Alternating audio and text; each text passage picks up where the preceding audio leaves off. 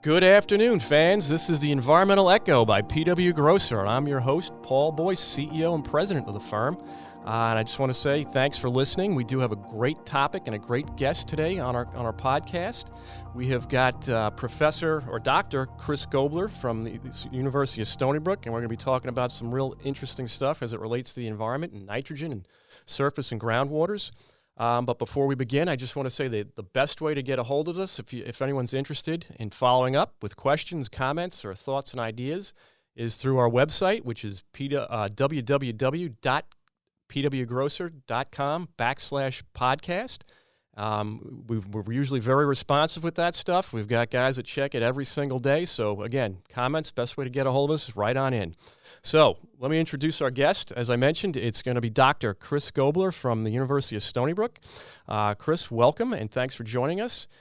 Just a little bit about his background. After we've just wanted to say we did take a summer break this year, so we did skip a couple of months, and we're glad to be back on the air and live here.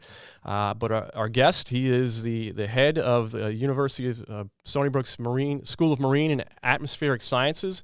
That's SOMAS. He received his master's and PhD from SUNY Stony Brook in the 1990s, and Dr. Gobler began his academic career at Long Island University in 1999. In 2005, he joined Stony Brook University as the Director of Academic Programs for SOMAS at Stony Brook's Southampton campus.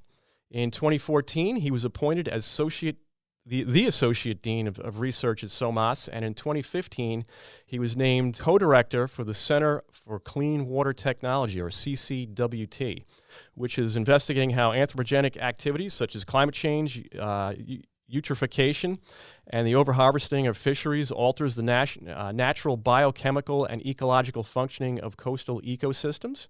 He studied the impacts of harmful algal blooms caused by multiple classes of phytoplankton in diverse ecosystems and the effects of coastal ocean acidification on marine life.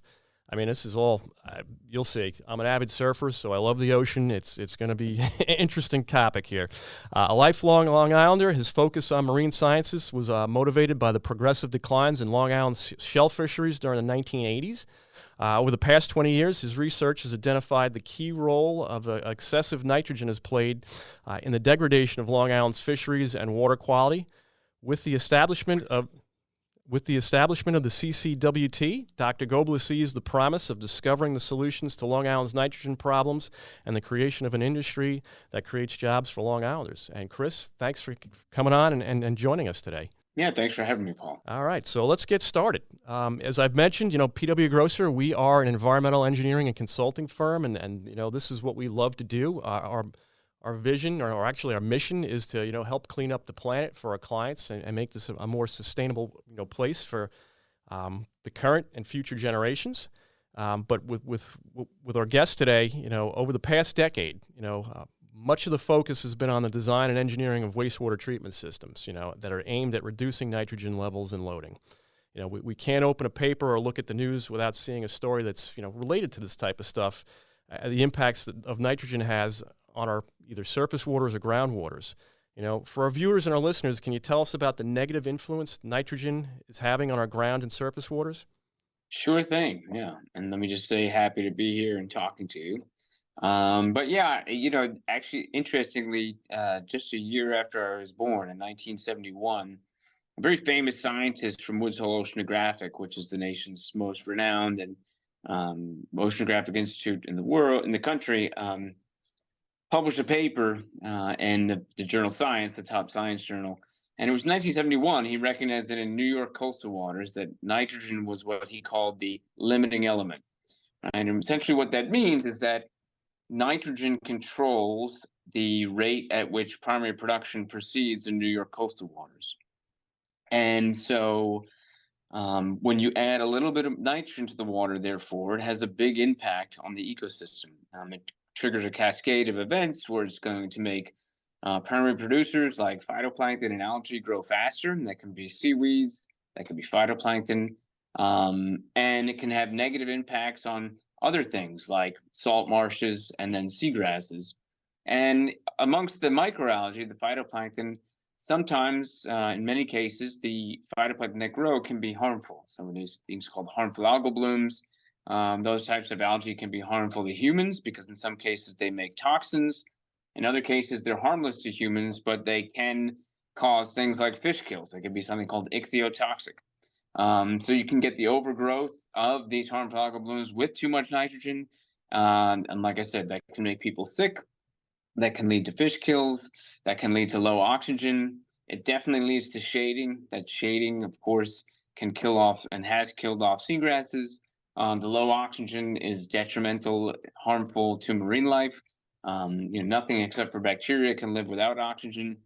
So you get this whole cascading event, series of events, and it's essentially what's happened since Ryder published that paper in the 70s. And so that is, we had progressively more and more people, and therefore more and more nitrogen from wastewater. And in Suffolk County, of course, with 70% of the homes being built not being connected to a sewage treatment plant, household wastewater is going right to groundwater and therefore becomes our drinking water source. And what we don't extract discharges into surface waters and initiates this cascade of events. And, as a consequence, hard clam landings on the South Shore are down 99%.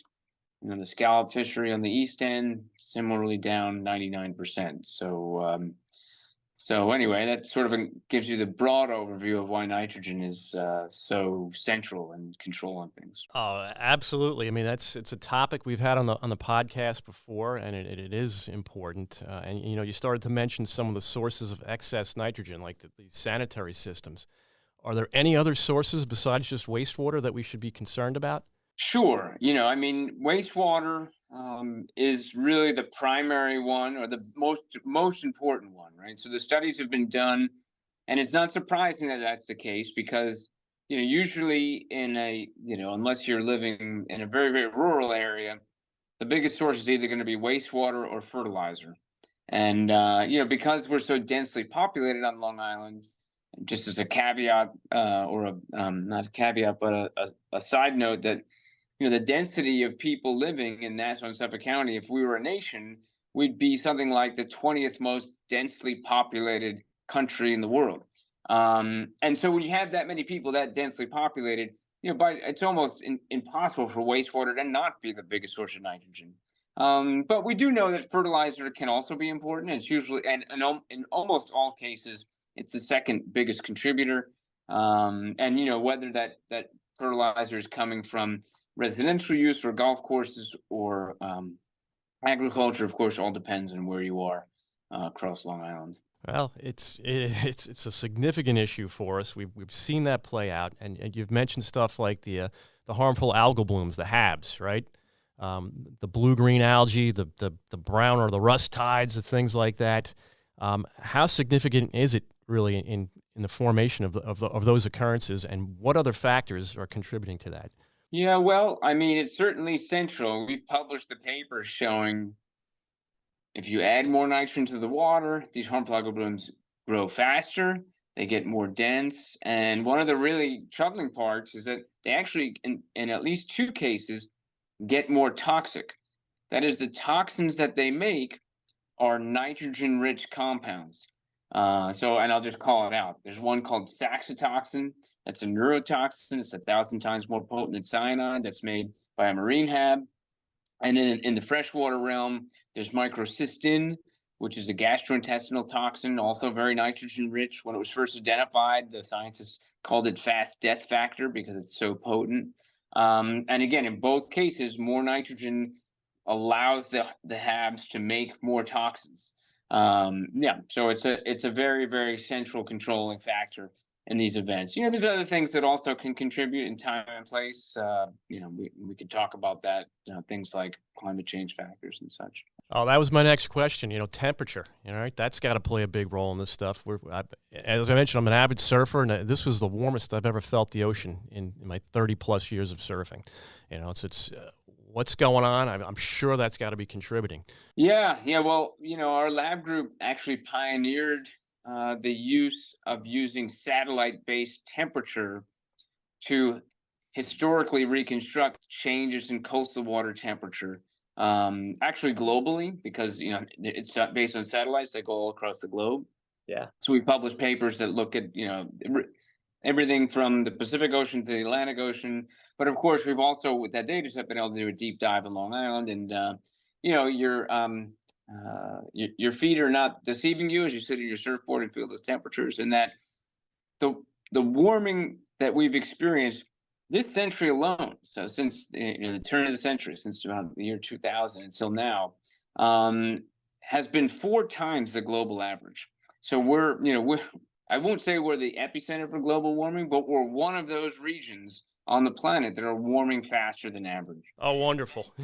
Yeah, yeah, and that's the interesting thing, right? When people talk about global climate change, by virtue of that word global, what it often their meaning is the global average, which is meaningless because really, what's important is what's happening in each individual ecosystem.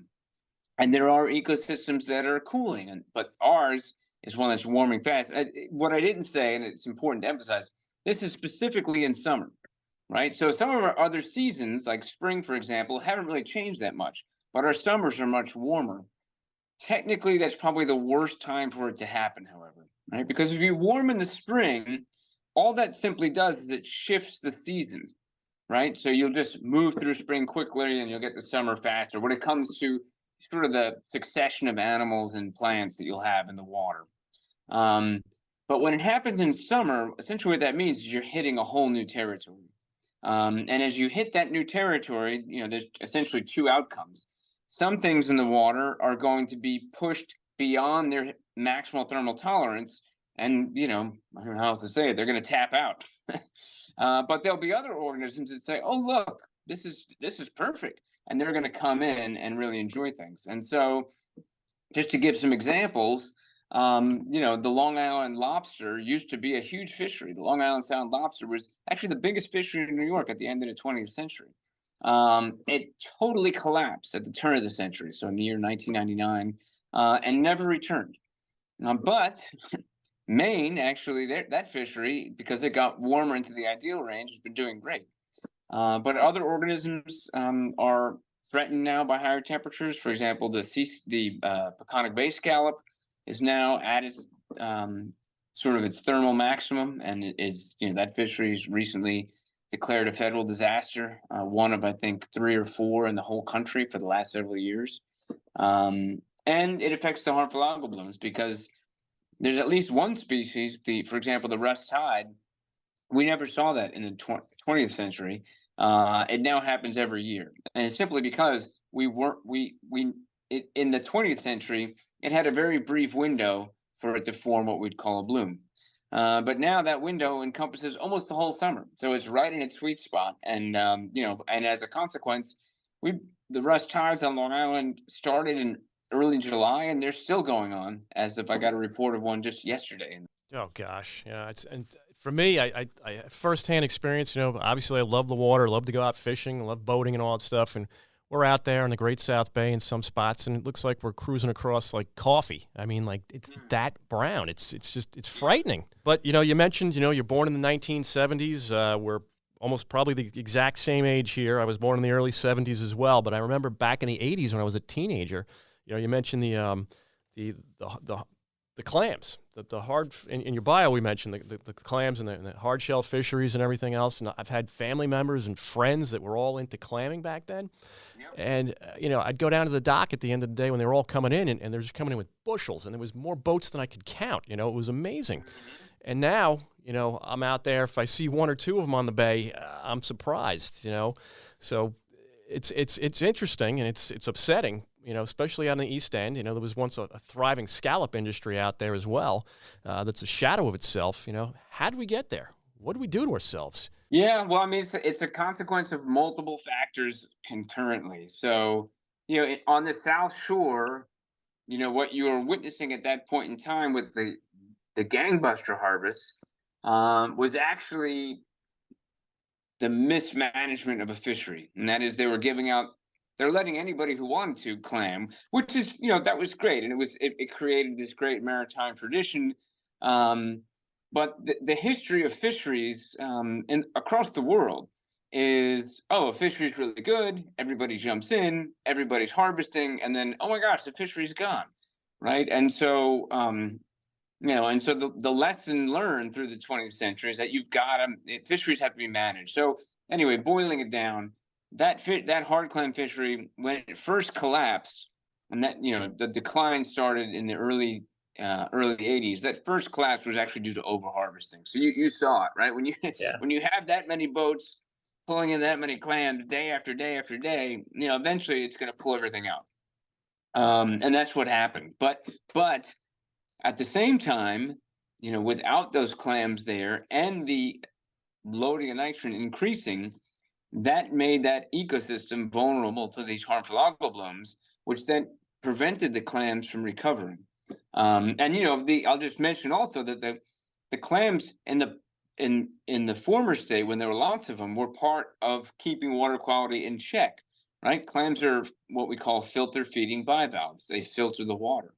Right? So they're no different than, technically, than the filter you put on a fish tank or on a pool. Right? They filter the water and they keep it clear. You remove that filter, and lo and behold, the water starts to get murky. And we don't have, in the 70s, it's estimated that there were enough clams to filter the whole bay every 3 days.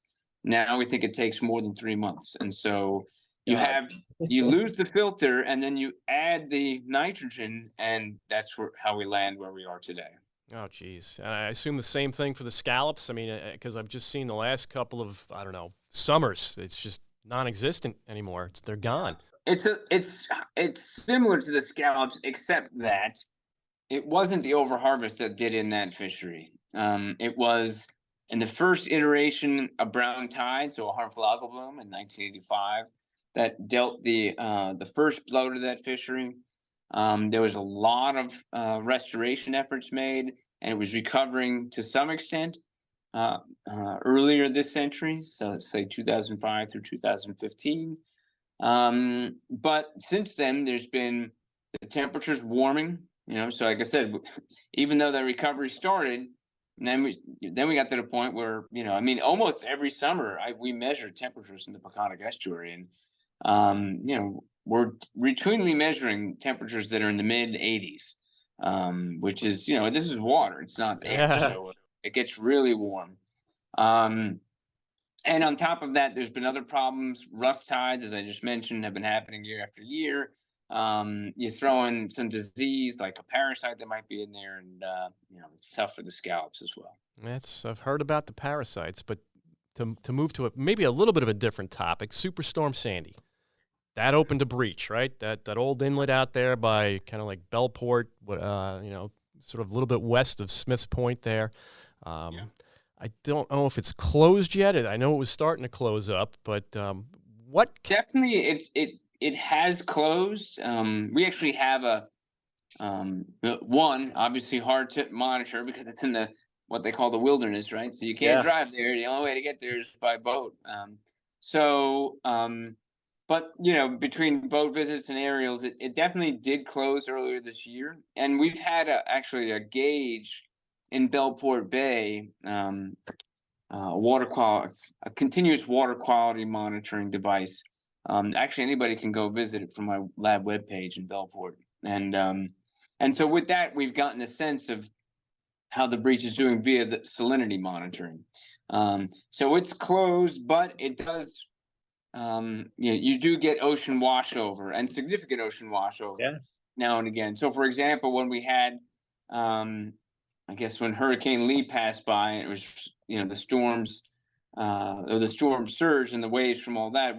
I could actually see that there was some washover, and that the salinity popped way up.